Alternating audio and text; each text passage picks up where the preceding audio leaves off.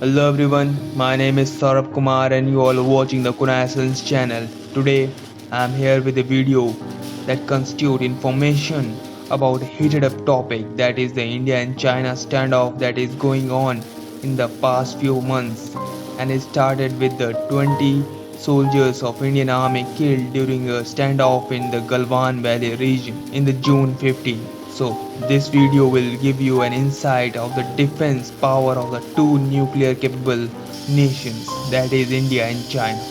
Before starting, if you not subscribe this channel, subscribe it and hit the bell icon to get interesting information like this to you as soon as they have been uploaded. So without any delay, let's get started. So India is currently embroiled in a border dispute with China after forces from the two countries clashed in the Galwan Valley region earlier this month. The clashes resulted in death of 20 Indian soldiers, while China has not revealed the number of casualties on its side due to this confrontation. The clashes have led to increased tensions between the two countries, and there have been reports that the countries have started to amass tanks and other equipment in the border areas. Meanwhile, the Indian government has also expedited an order for 21 MiG-29 and 12 Sukhoi 30 MKI fighter jets from Russia, while the tension between the China and India goes on. So let's look at how the defense budget and equipment of the two countries fares against each other. First and foremost thing that I will consider is the defense budget, because it is the budget which makes and maintains the military of a nation. So the defense budget of India is around $71.1 billion, while that of China is $261 billion. And this is as per a report by the Stockholm International Peace Research Institute, that is abbreviated as SIPRI. India has the third biggest defense budget at $71.1 billion. However, China's defense budget is more than 3 times that of India at $261 billion. Second thing of consideration is the nuclear warheads, because whenever there is a thought of war between the two nations, the first and foremost thing that comes in mind is how much nuclear power both the nations have. So the India have a nuclear warheads of about 150 in its inventory, whereas that of China's nuclear warheads are 320 in number. And this is also as per a report from SIPRI. India currently has a stockpile of 150 nuclear warheads, and China's stockpile is more than double at 320 warheads. Next is the personnel particulars of India and China.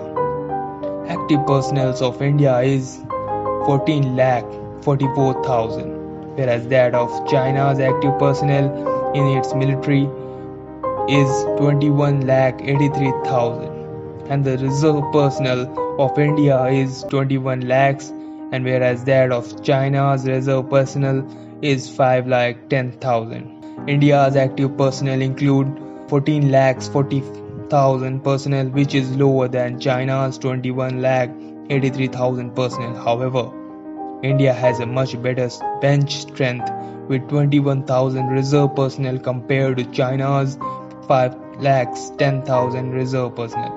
The reserve personnel comprise of the Indian Territorial Army of the India. Next comes the army. The Indian Army have tanks 4,292, whereas that of China have tanks of 3,500 in number. The armored vehicle of India is 8,686, whereas that of China's armored vehicles is 33,000 in number. India have a self-propelled artillery of number 235, whereas that of China self-propelled artillery is 3,800. India's field artillery is 4,060 in number, whereas that of China's field artillery is 3,600 in number. The rocket projectiles of India is 266 in number, whereas that of China's rocket projectors are 2,650 in number, with 1,292 tanks, India is ahead of China with just 3,500 tanks. And only in tank numbers, India overcomes the China's numbers. Else we can see all China outnumbers each and every part of India's armored vehicle, self-propelled artillery, field artillery, rocket projectors. Apart from this, India has 235 self-propelled artillery, 4060 field artillery, and 266 rocket projectors. On the other hand, China has 3800 self-propelled artillery, 3600 field artillery, 2650 rocket projectors. Coming to the air power of the two nations, India have a combat aircraft of number 538, whereas China's combat aircraft number is 1232. India's dedicated attack aircrafts are 172 in number, whereas that of China's dedicated attack aircrafts are in number of 371. The special mission planes of India are 77 in number, whereas that of China's special mission planes are 111 in number. India have a helicopter of number 722, whereas that of China's helicopters number is 911. India has a total of 2,123 total aircraft, including 538 combat aircraft, 172 dedicated attack aircraft, 77 special mission planes, and 722 helicopters and 23 attack helos. On the other hand, China has a total number of 3,210 aircrafts, including 1,232 combat aircraft, 371 dedicated attack aircrafts, 111 special mission planes, and 911 helicopters and 281 attack helos. So here also the China have outnumbered the India in combat air power comparison. Talking about the naval power, India's aircraft carrier, as you all know, India has only one aircraft carrier that is named as Vikramaditya, whereas China have two aircraft carriers. Indian submarines are 16 in number, whereas that of Chinese submarines are 74 in number. India have destroyers of 10 in number, whereas that of China's destroyers are 36 in numbers. Frigates of India are 13 in number, whereas that of China's frigates are 52 in numbers.